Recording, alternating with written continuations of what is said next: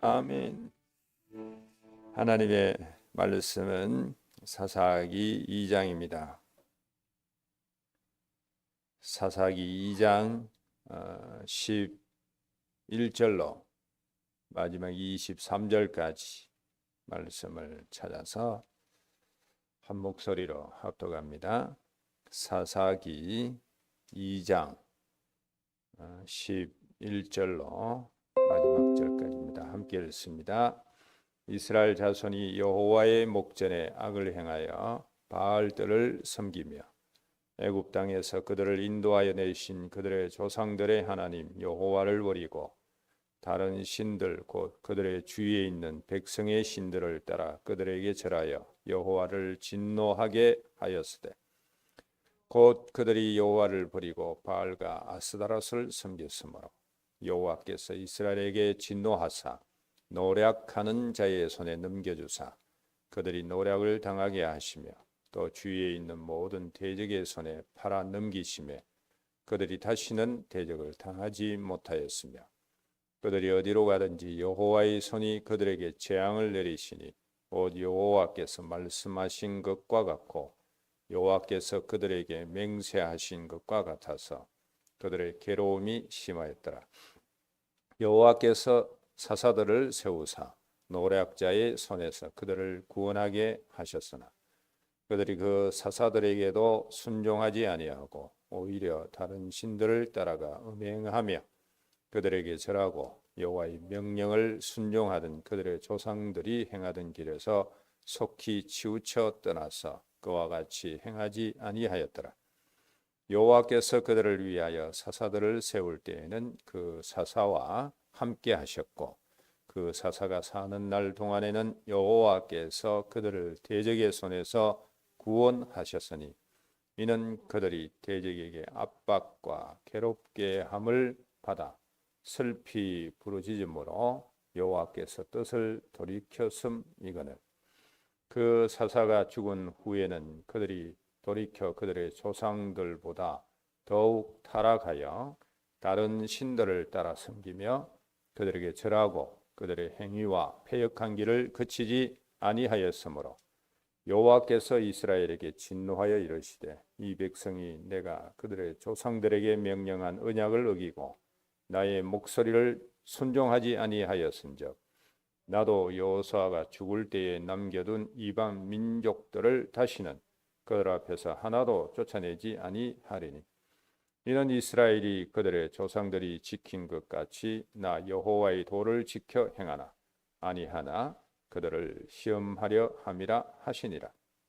여호와께서 그 이방 민족들을 머물러 두사 그들을 속히 쫓아내지 아니하셨으며 여호수아의 손에 넘겨주지 아니하셨더라. 아멘. 구원은 누가 뭐라 해도 하나님의 절대적인 은혜로 주어진 것입니다. 성경 말씀을 근거해서 많은 이 종교들이 또 단체들이 일어나죠. 그런데 이 구원관부터 잘못된 단체들이 많고 교리들이 많습니다. 구원은 우리의 어떤 선행이나 인간이 행하는 어떤 조건으로 주어지는 것이 아니라 하나님의 전적인 은혜로 주어집니다. 그러나 구원받은 자에게는 뭐가 있는가 하면 삶이 있습니다. 그래서 구원받았으니까 이제 모든 것은 끝났다. 마음대로 살아도 된다. 그것은 지극히 틀린 생각이죠. 그리고 정말 이 하나님의 뜻과도 한참 비껴난 인간 위주의, 인간 편리 위주의 어떤 논리밖에 되지 않는 겁니다. 삶이 더 중요합니다, 여러분. 구원은 하나님의 은혜로 받은 건데 이제 우리에게 주어진 책임은 구원받은 자답게 어떻게 삶을 사느냐, 이게 중요합니다. 여기에 따라서 하나님의 약속된 축복을 계속 누리느냐, 아니면은 하나님의 재앙을 당하느냐, 이 중요한 결정이 나는 겁니다. 그래서 구원받은 자는 신분이 하나님의 자녀고 또 소속도 하나님께 속해져 있기 때문에 진짜 세상 기준이 아니고 이 세상에 속한 자는 이 세상 기준으로 살아가요. 마귀에게 속한 자는 이 세상 기준으로 육정 기준으로 정욕 기준으로 그렇게 살아갑니다.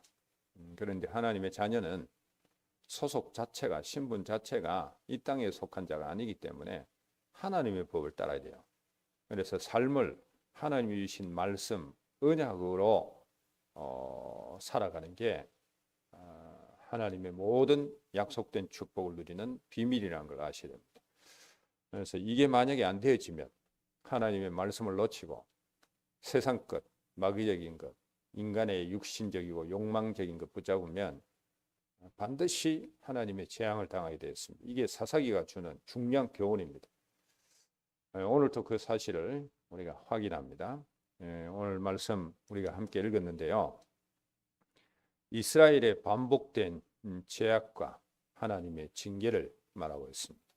돌이키지 아니하면 그 누구도 하나님의 징계를 피할 수 없습니다. 오늘도 우리가 두 가지 생각하는데요. 첫째는 뭔가 하면 눈에 보이지 않는 하나님보다 눈에 보이는 세상 것, 우상 섬기고 또 세상 기준으로 살아가는 이스라엘 백성들입니다. 분명 이 이스라엘 백성들은 애굽에서 바로의 손에서 벗어났습니다. 오늘도 그 사실을 하나님이 타락된 이스라엘 백성들을 향해서 분명히 말씀하고 있습니다. 하나님이 진짜 애굽에서 그들을 건져냈습니다. 이 말은 구원했다 이 말입니다.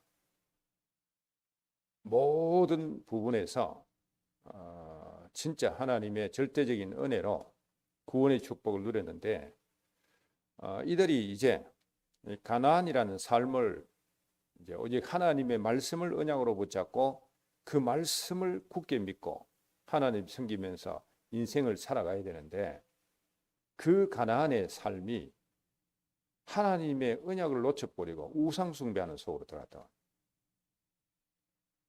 자, 이것은 실제 살아가는 삶에 가나안 땅에 들어가 보니까 육신의 눈에 보이는 것은 다 우상이요. 그리고 그들이 반드시 우상 숭배하면서 어디에 빠지는가 하면 음란에 빠지게 됐습니다. 이방 종교는 다 그랬습니다. 가나안 종교는 항상 그랬습니다. 그러니까 눈에 보이는 것들이 화려하고 타락된 육신의 본성이 그런 걸 원하거든요. 그러니까 눈에 보이지 않는 하나님이 주신 언약의 말씀은 이제는 뒤로 던지고 앞에 보이는 것을 따라갑니다. 그러다 보니까 결국에는 이 하나님의 언약을 놓치고 결국에는 하나님의 경외하는 것을 놓치고 완전히 눈에 보이는 것에 붙잡혀서 살아갑니다. 그것이 우상 숭배고 불신자의 삶을 본받아 사는 이스라엘 백성들의 모습이었습니다. 자, 이것을 하나님은 어떻게 평가하시느냐라는 겁니다. 사람들은 야, 이제 애굽에서 나왔으니까 가나안 땅에서 마음껏 살자. 이 말은 이제 구원받았으니까 이제 마음껏 육신적인 삶을 살아가도 괜찮다. 이 논리나 똑같습니다. 그런데 하나님은 어떻게 보시냐 말이죠. 하나님은 이 사건을 11절에 보면 하나님께 악을 행하는 것이라 이렇게 하나님이 진단하시고요. 또 19절에 보면 이게 타락이고 이게 패역이다 그렇게 말합니다. 그래서 우리는 구원받은 자로서 육체에 묶여가지고 육체가 원하는 대로 살아가고 세상 기준으로 살아가고 하나님 앞에 제대로 서지 못하면 하나님이 주신 이 복음을 가지고 복음적 삶을 살아야 되는데 그렇게 살지 못하면 하나님은 어떻게 평가하느냐? 그걸 악이라고 하고 그걸 패역이라고 하고 그걸 타락이라고 합니다. 분명히 오늘 그렇게 말씀하고 있습니다. 그리고 14절에 보면 세상에 조롱거리가 되어지는 그런 모습으로 전락하게 만든다고 하나님이 말씀하고 있습니다. 그래서 저와 여러분은 하나님은 눈에 보이지 않기 때문에 우리에게 언약을 주셨어요. 말씀을 주셨어요. 이걸로 치고 육신 편한 대로 육신이 그 속에서 나오는 그 어떤 그 타락된 본성이 있잖아요. 그게 거의 다가 하나님과 반대되는 그런 짓을 하게 합니다. 글로 따라갔다가는 하나님이 내리신 이런 평가를 받게 되어 있습니다. 그래서 절대 눈에 보이는 것에 속지 말라는 겁니다. 그리고 두 번째로 우리가 생각할 것이 뭔가 하면 이때 일어난 결과입니다. 자, 12절부터 먼저 보시면 이게 보통 일이 아닙니다, 여러분. 이게 하나님의 진노를 일으키는 것이고, 또 15절에 보면 하나님의 재앙과 그 다음에 이스라엘이 괴로움을 당하는 그런 결과를 초래합니다. 복음이면 다 끝났다. 이제는 마음대로 살아야 된다. 성령의 열매가 아닌 악령이 원하는 그런 열매, 육신의 열매를 맺으면 결국에는 하나님 앞에 재앙을 당하게 되어 있고요. 하나님이 인생을 괴롭게 하는 속으로 들어가야 됩니다. 그리고 16절, 18절에 보면 하나님은 진짜 사랑의 하나님이고 구원의 하나님이죠. 이런 이스라엘 백성들을 향해서 항상 하나님은 회개할 기회를 주시고 구원받을 기회를 허락해 주세요.